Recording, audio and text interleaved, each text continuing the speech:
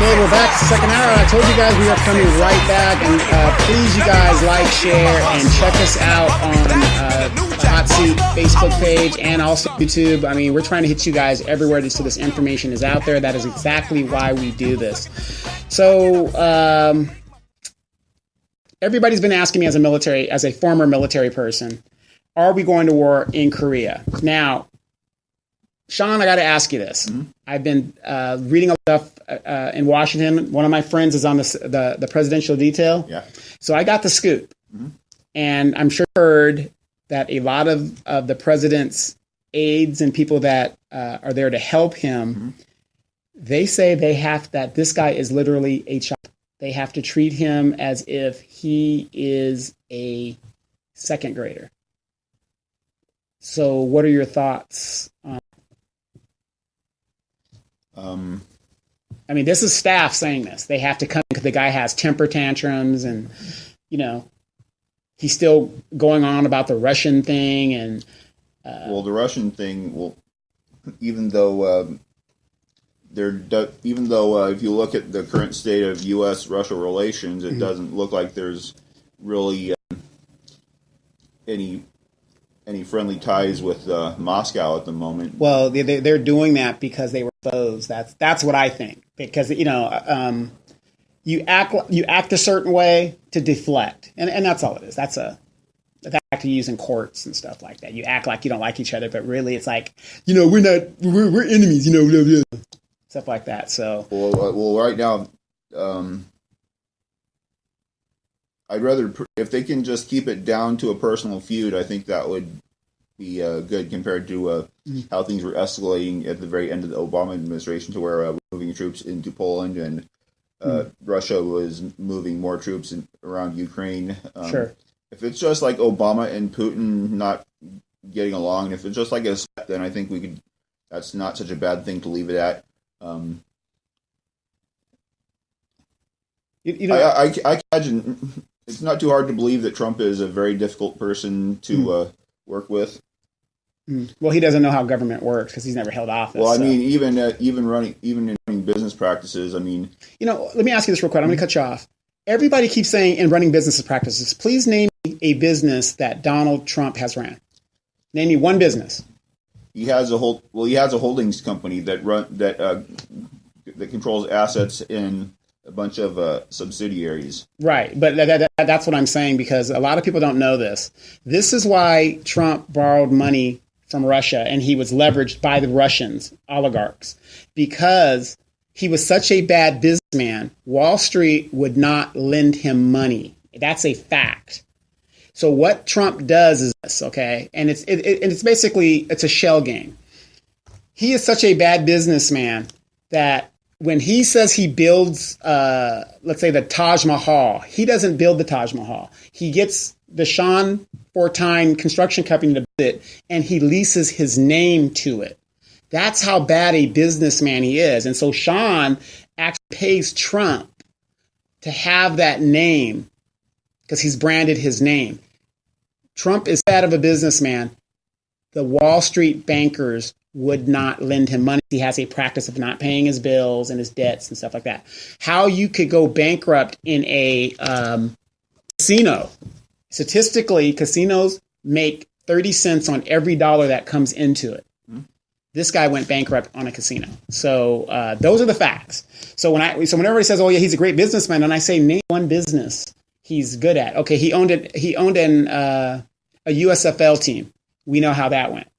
But and that was an investment you lose. I'm not saying he's a bad person. I'm saying is when people say, "Well, he's a great businessman," I say, "Well, name me a business."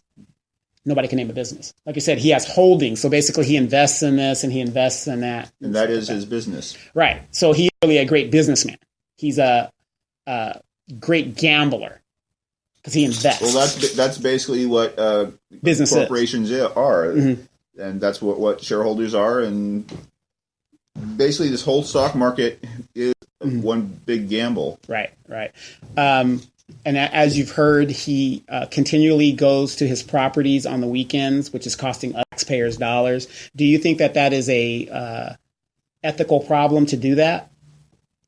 when he can stay his ass in Washington like he's supposed to and take care of business, or I don't know. It seems like and he's golfed more than Obama has in 8 years. Well, no one was complaining.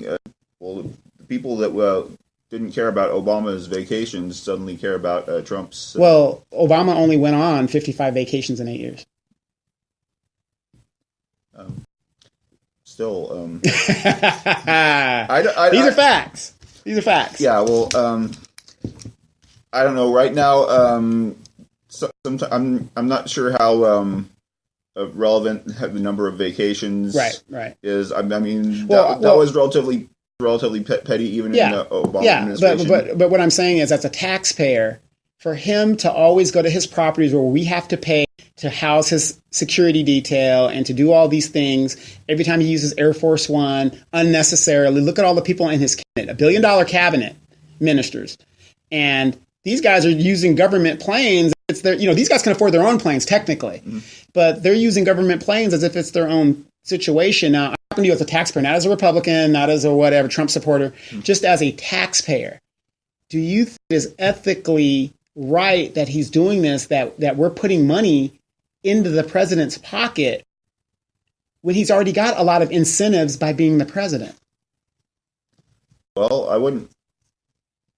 If the Air Force wanted to make necessary modifications to Trump's plane, because I'm not even sure Trump has money for that. He doesn't, because that's one crazy expense. Air Force One is one crazy expensive plane with classified technology and everything on it. So if the Air Force wanted to find a way to use Trump's plane, that would be fine by me. If the president could not be accommodated on Trump's personal 737, then Air Force One is necessary. Well, what I'm saying is, to go to New Jersey on the weekends and to, whenever we use his properties and all the support that has to go with the print, that's a lot of money. And we're paying for it. He isn't paying for that. And that goes back into his pocket. To me, that's unethical to do that. When you can stay at the White House has greens, or you can go to Andrews Air Force Base and golf if you want to do that, whatever the deal is. But every time for the weekends, they're saying that's in excess of $3 million. That's just him. Mm-hmm. Now, if his family goes the way and, the kids go that way, that's even more money. And they're doing the same thing. They're going to their properties, which we have to pay for as tax dollars. Now, I don't think it's ethically right. Well, the family is a little bit harder to control, especially if they're not elected officials. Right. No, absolutely. But because it's his family, we have to provide security detail. We have to do these things. These are things, I don't care how much it would cost. The office, he needs to get that. But what I'm saying is to take our tax dollars and we're paying him he doesn't have to go there. Now, here's what I say. If he went to the Sheraton Marriott on a weekend, that's different. Or then the next weekend he goes to the Moreno Valley Marriott. That's different because he's spreading the wealth and everybody's getting a piece of the pie, but he's only going to his properties. I don't know. I do. As a taxpayer, you think that's okay that we have to fit that bill? If you think it is, it's okay. I think we need to check our properties more carefully because it seems like everything Trump does is under scrutiny, even to do with the reason he's running the country. Yeah, the reason why I think it's under scrutiny is because he comes from privilege, and with privilege comes great responsibility. That's the last I heard about it. And because he comes from privilege, I'm not saying he shouldn't know better, but it's just like some of those guys that were using jets that they weren't supposed to. These guys with $500 million and stuff like that. Why are you using taxpayer dollars to impress your new young wife? And you want to set over to Europe and to see the eclipse and stuff that it just wasn't ethically right. That's what I'm saying. Well, Congress set that precedent a long time ago. Right. A lot of the congressmen do travel commercial to and from their. Well, whenever possible, they rent they reserve every Air Force aircraft they can get their hands on. Well, no, not necessarily true. Unless you're with the State Department, if you're a congressman, you do not have the right to use military aircraft unless it's you're going on a fact-finding mission or something like that. Because I used to do that and people into Iraq and stuff like that. But they went as a group and it was sanctioned. Well, Pelosi found ways to do that for for holidays a lot somehow. Yeah. Well, I don't know if she used the National Guard, the California National Guard, or however she. But as a federal insulate, it doesn't. It can't be done. I mean, because if that was the case, you'd see guys just crisscross all over the place for training events. I don't know. You were probably too young at the time, but I was in a reserve unit, and it wasn't my unit, but there was a congressman that would get on the plane, and they would. Well, it wasn't the congressman; it was the reserve unit itself. Mm-hmm. They would follow the Indiana basketball team wherever they played, and they would call it a training mission. Mm-hmm. And they would fly over, go to the game, and then fly back. So there's tricks to do it. But what I'm saying is, by law, Congress can't use military aircrafts for personal use, unless, like I said, if Mark Takano and there's a flight going to Andrews right now to DC, and he wants to jump on that, he could do it. But like something that's on a regular basis, that's left for him. So, but I think there's a lot of problems with when you have $1 billion. Ministers and cabinet members that are used to a certain lifestyle, it's kind of hard to see the difference where why can't I use that? I use a jet all the time. Well, this is the people's jet, so it's kind of a little different. So I don't know, but it's just a little thing that kind of gets me. War in Korea, what do you think is going to happen? It's hard to say. Right now, I think the ball is in fat pastry eater kids' court. Okay, so let me ask you this. Do you think that North Korea has a right to develop a bomb?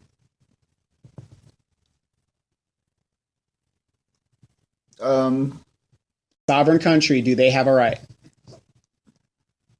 They have a right, but no other country has any obligation to do with them. So sure, every sanction, every country, they have the right to build a bomb, and every other country on the planet has the right to levy sanctions against them. Yeah, absolutely. No, we're not saying that. So, so they have a right to do a bomb. They have a right to make a intercontinentalistic bomb that could reach the United States.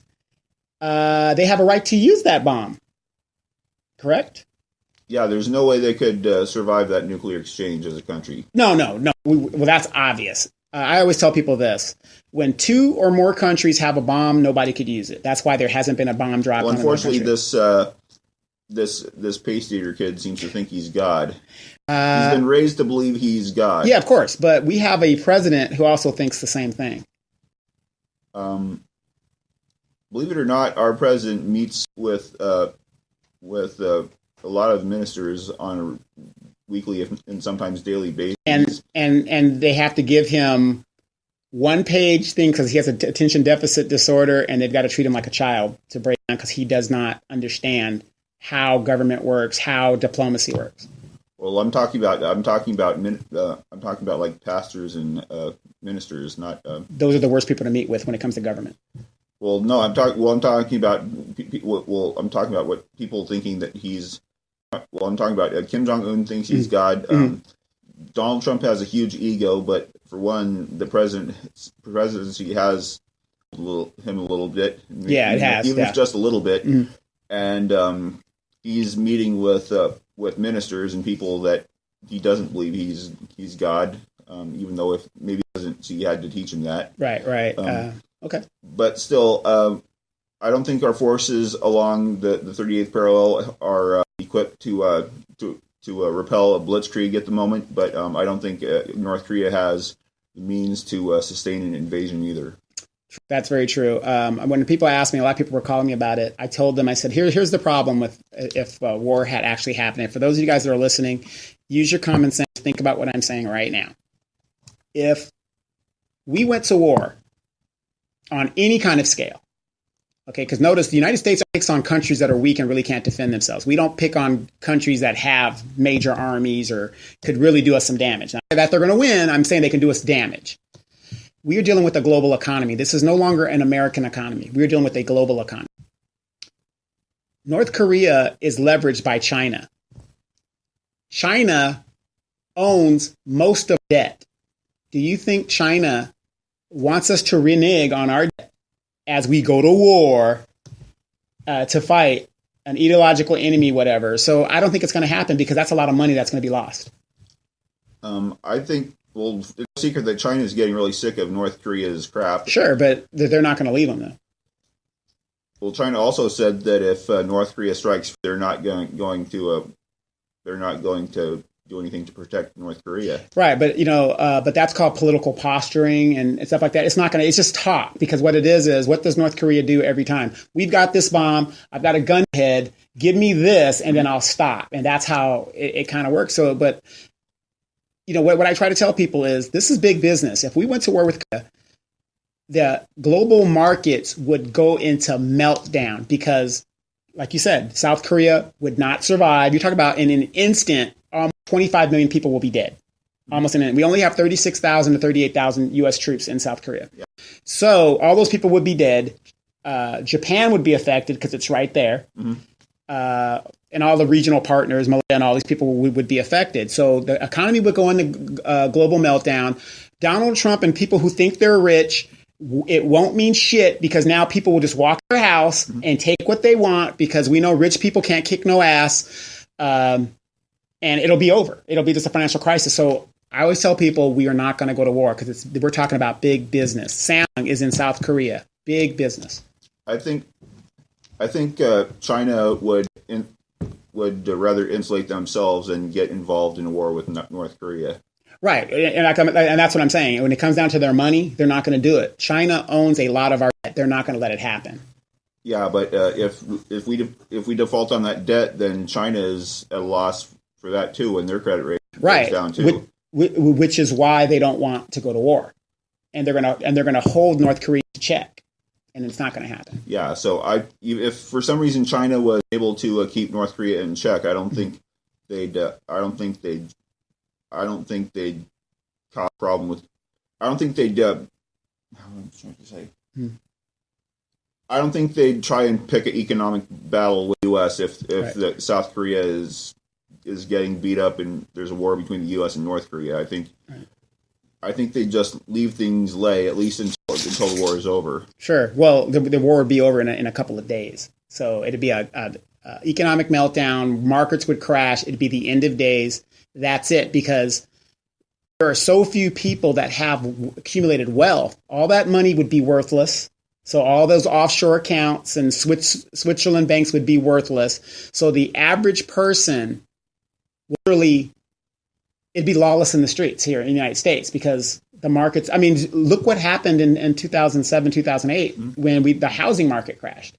So if we went to war right now, it just wouldn't, it'd be a global meltdown on thing. And I don't think that's going to happen. Trump doesn't understand how things work. This is not a movie. This is, you just can't posture a certain way and just say certain things. And when I say, oh, that crazy man about Korea, I have to verify, are you talking about Trump or are you talking about the Korean guy?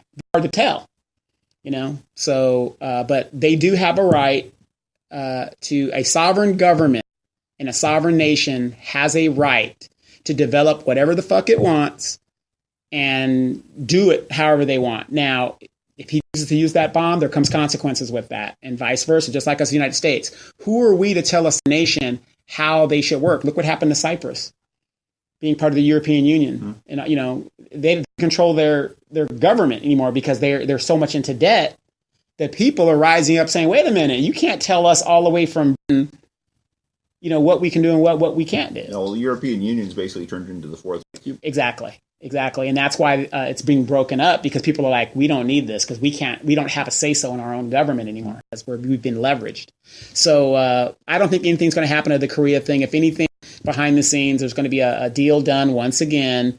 We're going to pay them so much money to slow their program down, or whatever they're doing, because technically a lot of people don't even understand this. That's how bad our education system in the United States is. We are still at war with North Korea. There's just been an armistice signed. So technically we are still at war.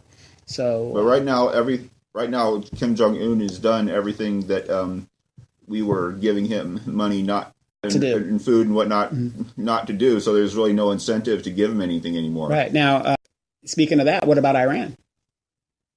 Iran is saying that if we don't live up to our agreements, they're just going to go ahead and do what they've got to do. Well, then the U.S. is free to respond in kind. Right, because the president is talking about pulling out of treaties and stuff like that. See what I'm saying? When the Congress, Well, the thing is that Iran is basically going to do the exact same thing North Korea does. They have no intention of Iran has no intention of disarming. no, and why should they? Because once they get disarmed, look what happened to Libya. We went right in there and took everything we can take. Unfortunately, You would be stupid as a country not to build a bomb. Unfortunately, Bush made a deal with North Korea. I mean, not North Korea, with Libya to lift sanctions if they would disarm. Disarm. Obama decided it would be good to let the Islamic militants take over, and Did he decide that, or was that a regional thing? well, Because how can he decide something that he has no control over? he did nothing to try and stop. Why should he? Because we had a deal with Libya. Yeah, but our deal wasn't for their defense. Well, it's certainly in the U.S. best interest to see that deal was able to stay in place. Right, but for some reason it didn't happen. So how is he responsible for that?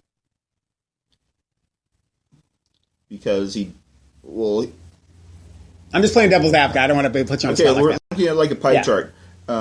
There are things that he could have done to incentivize it and increase the probability that the Gaddafi government stayed in power, which is, I don't know, it's a bizarre enough situation where Gaddafi was the better. Lesser of two evils. Yeah, that's strange to think, but there are things that Obama could have done as far as leveraging the state government, the CIA, providing intelligence information, black ops. I mean, the U.S. has never been afraid to do that before either. Right, but back to Iran. Thing is that Iran's not necessarily out to just attack the U.S. They have a growing Cold War with the southern part of the Middle East and the Arabian Peninsula, right. And so that gives the southern Arab states the incentive to build their own bomb, and then you've got another missile crisis there. But the thing is that Iran's big target is Israel. When they do the missile tests and stuff, they use a Star of David to mark their target. As the market. And what's wrong? Well, I'm just asking. I mean, I don't understand. Well, like you said, they have the right to build a bomb, but if that's the case, we either need to be ready to retaliate or just let Iran do whatever it wants. But let me ask you this: well, why would we need to retaliate? Israel is very. I think Israel is a very stable government in the region. Yeah, they are, and they're a very close ally. I think we need to protect our allies. Well, here's my thing, and this is one of the very few things I agree with Trump. Why do we have these allies that are not pulling their weight? Here's one thing the American people does not know about Israel. The only reason Israel is in the position it's in is because we're holding them back. Israel is very capable of kicking ass all around their border. And that's why I say, why would we need to retaliate? Let Israel handle it. Yeah, Israel was going to destroy Iran's nuclear facilities like they did with Iraq, but Obama tipped them off. Right, Hillary Clinton and things like that. But I always tell people, when you look at everything at the end of the day, what's happening in the Middle East, it came off in the Bush administration under false pretenses, and that's what's really screwed everything up. I mean, the Middle East wasn't great to begin with, but when people bring up Obama, I'm just like, what does he have to do with the Middle East? That problem there was started in the Bush administration.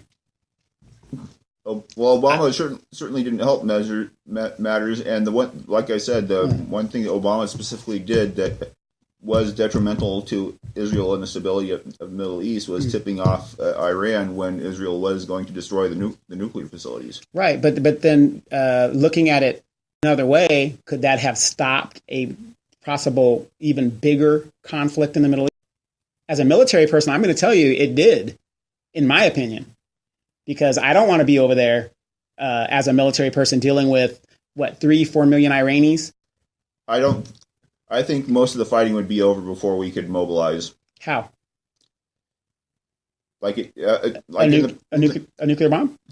No, I think if Israel took out the Iranian nuclear program and Iran went to retaliate against Israel, I think the war between Israel and Iran would most likely be over before we had a chance to absolutely, because like I said, I happen to know Israel would clean their clock. It'll be that quick. Yeah, and that's why what Obama did in tipping off Iran was so detrimental to the region. But then again, not knowing how the other Arab nations would react, I think it was a good thing to do to hold their feet to the fire. Well, armchair quarterbacking. I think the U.S. is really best letting Netanyahu take the lead in Middle Eastern policy. Sure. If Netanyahu thinks that attacking Iran was the best thing to do, I think we should have let him. Sure. My whole thing with this, like I said, this is one of the few things I agree with Trump is Israel needs to give us our money, all the money and all our allies that for the defense that we give them. We need to take that money and invest it back in our infrastructure in the United States. So, like I said, I look at what's going on in politics and what's going on in the world, and I understand we're so quick to go defend other people, and we have so many problems here. And there's never any money to fix our infrastructure, our roads, to send more kids to school, to college, or whatever. I'm not saying make it a socialist system. Mm-hmm. What I'm saying is you got to take care of home before you go overseas and deal with these other people. Because in my travels, these people are doing great things, and I come back here and I realize we are actually living in a third world country. Well, then we need to, like Republicans have said for a long time, we need to really cut down on the international aid to countries that will gladly aid but hate us. Sure. And then I agree with that. And then that's also under that same logic, not get involved with all these climate deals that involve us giving out money or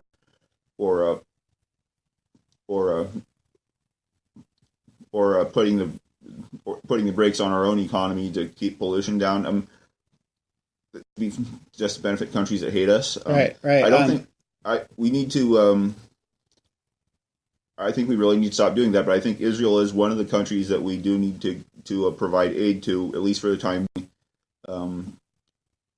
and continue to support them and continue to support them, but aid from other countries that aren't so friendly. So friendly to except us, when they take our money. Right. Exactly. Man, I mean, it's a mess, and I don't think it's going to get any better. I don't think Mr. Trump is going to last his term. He's talking about he's got 7 more years to go. I don't even think, even if he lasted at one term, he wouldn't be reelected. I know that. Bob Corker is now coming out against him. A lot of Republicans have held their tongue because they're worried about reelection, but it's just funny how the ones that aren't running for reelection are actually speaking their mind. And it's ugly. I mean, let me ask you this real quick. Do you think it really matter to you if somebody sits or stands for the national anthem?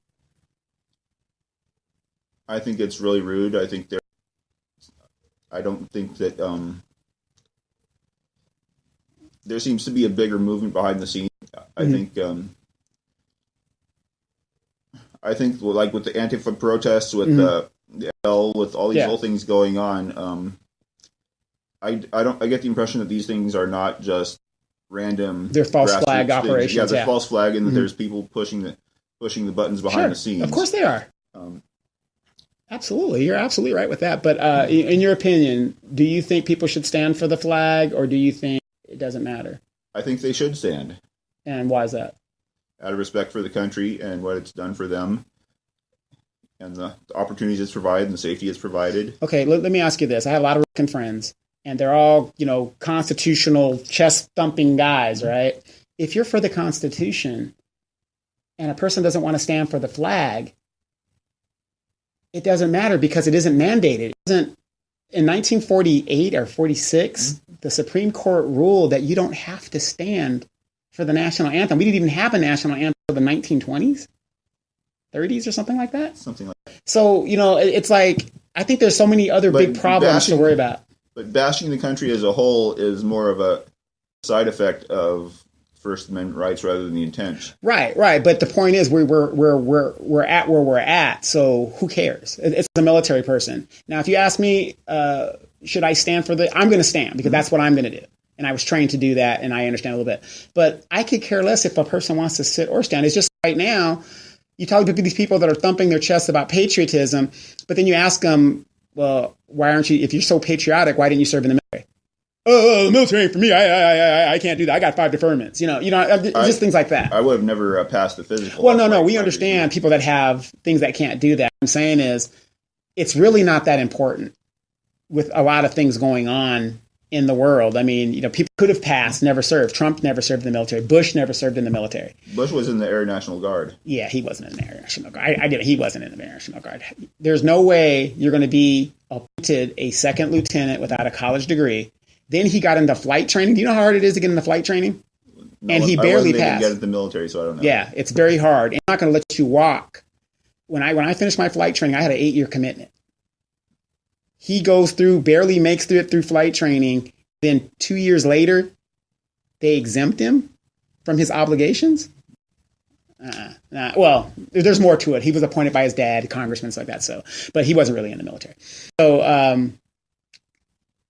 I'm not holding anything about it. He really wasn't, because if he was, as a president, he would have he would have bragged about that because he knew he kind of. Well, it's been a long time since we did have a president that was in the military. Yeah, it's been a very, very long time. And his father was the last guy that was in the military. A real American CIA operative, helped kill President Kennedy. Well, it's true. I mean, you look it up. We could discuss that another time. Yeah, another time. But also is Bush. You're right. Bush Sr. was also a naval pilot. Yeah, pilot. Yeah, World War II. So, there's so many things that are more important to worry about Supreme Court than that. You could burn the American flag.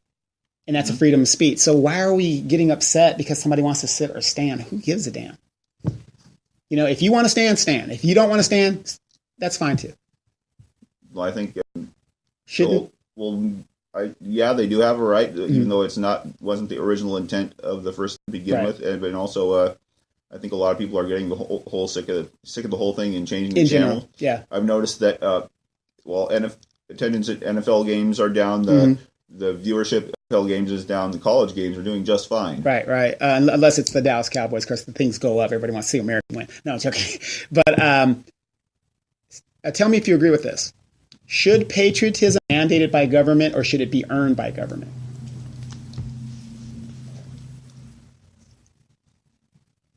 It should be earned, but okay. But it should be earned. But the thing is that a lot of these people that are making the biggest spectacle to test the flag and the national anthem are also the ones that have benefited the most from the country. Sure. No, I'm agree with you, but as a veteran, and I'm going to tell you, and this is my opinion only, patriotism should be not mandated by the government. The Nazis mandated patriotism. That's where you got the Heil Hitler and all that other stuff like that.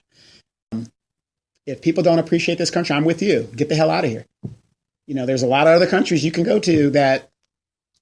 I mean, a lot there's not much else the country can do to earn the respect of a lot of these football that are millionaires. They're millionaires, and they come from a lot of them come from the ghetto, and they got college scholars to play football. They got a free ride to play football, and then they get given a multi-million-dollar contract. I mean, there's not much less. And they didn't even have to serve in the military, so there's not much less left that the country can do for them to earn their respect. Right. Okay. Well. You're talking about football players. Let's talk about the president's son. They are still of age to serve military. Do you think that out of patriotism, they should be serving a bit in the military, even if it's the Air National Guard or the Guard or something like that? Shouldn't they be in the military? Well, right now the military is completely voluntary. So if there was ever a draft, then they need to get their draft number in. It should be 1 and 2, basically, being the president's son. If the president's going to send people to war, shouldn't he mandate that his sons go? There's a draft. I don't know if they'd be mandated, but I would say, but I do think they do need to get their draft number, and that Ivanka should get one too. Right. Yeah. Well, yeah. The Supreme Court ruled now that women can be drafted now too, since they want to be equal to us. So yeah. So if there's a draft, they need to get their number and possibly go to war just like any other US citizen. Yeah, because when everybody brings up like these sports guys and are millionaires, I say look at the president's kids. They didn't serve. They served in the guard or part time or whatever. They choose not to either. So what's the difference between them and a sports star who doesn't give a damn? I don't think the brothers give a damn about the United States other than making money. I did with you, okay. And the thing is that I think the Trump brothers at least recognize what the country has offered their family to get rich in the first place. Yeah, no, absolutely. Well, again, that goes back to what they say, and I'm just saying how they say it: white privilege. Because if you go to any other country, let's say an African country, there is no such thing as white privilege in African countries. There's also not a whole lot of white people left. Exactly. So, when you're in a country that is predisposed to where you the advantage, of course you're going to love this country. You're going to say, hey, this is the greatest thing ever happened. But if you're in a country where the playing field is leveled and you've actually got to work, or you can't have slaves, or, you got to do something yourself, Well, there's also no opportunity for anyone to get ahead in a lot of these African countries. Either you have and you're either like a corrupt government official or a warlord, or related to them, or you're not. True. Well, the things in the African countries, what people don't realize is just like when Mandela was there saying, "Oh, Mandela's just a great guy. Mandela didn't do shit for his people," just like Obama didn't do shit for his people. The reason why they're so vastly poor in these countries, there's really no economic way to go, to move up, because corporations own the mineral rights and all these resources. And so if you can't own resources to open a business or to find something, like I said, the only reason diamonds are worth what they're worth is because these corporations limit the amount of diamonds that are on the market. If they would flood the diamond market right now, diamonds wouldn't be the button on your shirt. But they control all these things. And so when you're in these countries like that, even down in Venezuela and South America, corporations are controlling the resources, and they're getting to a point to where they're going to start controlling the water. Well, corporations in Venezuela have mostly been seized by the government, and things are just getting worse and worse. Yeah. But that's because they're trying to turn it back into a democratic or capitalist system. That's the problem that I understand there. But yeah, so in these African countries like that, that's the problem. The resources are owned by other than the people who live there, and that's a real big problem of the poverty that's going on. And it's really bad. But in America, we have a lot of problems here. We have immigration problem. We have police problems. We have it's a mess. And until people start taking an active role and start paying attention, it's not going to get any better. Yeah, well, compared to most countries, America's police, if you want to talk about comparing countries, America's police are like treat everyone with little kid gloves compared to most. Yes, absolutely. Yeah, exactly. But I think that if we would adopt some of the other countries' law enforcement techniques, we won't be having repeat offenders. Yeah.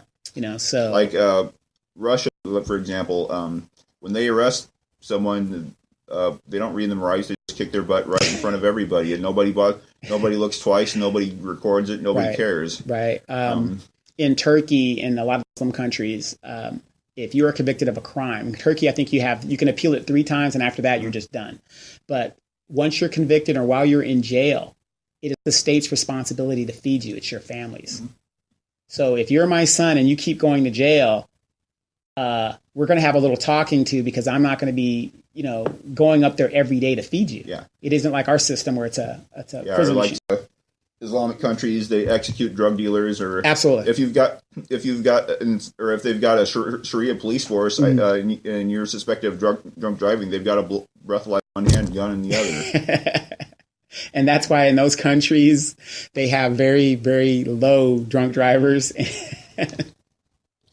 But I heard they're letting women drive in Saudi Arabia, so that's a step in the right direction. So, but in the city of Moreno Valley in the Inland Empire, again, a lot of corruption still going on. There is a major project, I believe I heard, because of the fire, the toll lane off the 91 was closed until further notice. So Was that the 270? Oh, yeah, something like that. Yeah, the 270. Not like the 91 toll lanes, but the Yeah. one that branches off. Yeah, into Orange County. So that one was closed down. I'm not sure if it's open again.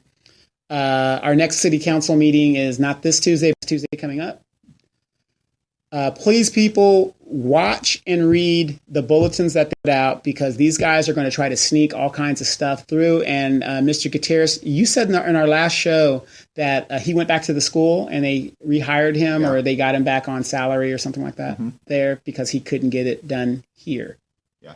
So, but it wouldn't shows how much he cares. Yeah, but it wouldn't surprise me if he tries to double dip that again and tries to get that through. So we have to be vigilant about that, and we got to start talking to our neighbors about these candidates that are coming out and what is going on in our city politics. Where do we want to go? What do we want to do? We're the second biggest city in Riverside County. We don't even have an amphitheater, a civic center. We don't have anything to do concerts here or anything of that nature. Love to have an indoor public pool here. I don't think I'm asking too much there. Right. A new library, 2,000 people population, and we have a library that is designed to hold 300 people. Something like that. Yeah, I think it's 300. And we've got a mall. There's a pretty good chance Sears is going to be closing. So yes. I mean, there's lots of room in that mall. Right.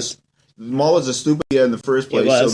So there's lots of room in it to build a library. You could probably put all the functions in that library at this point. Right, and at least functions through that to help that mall survive. Like I said, it's a good idea when they thought about it in the 90s, and it's still a stupid idea today.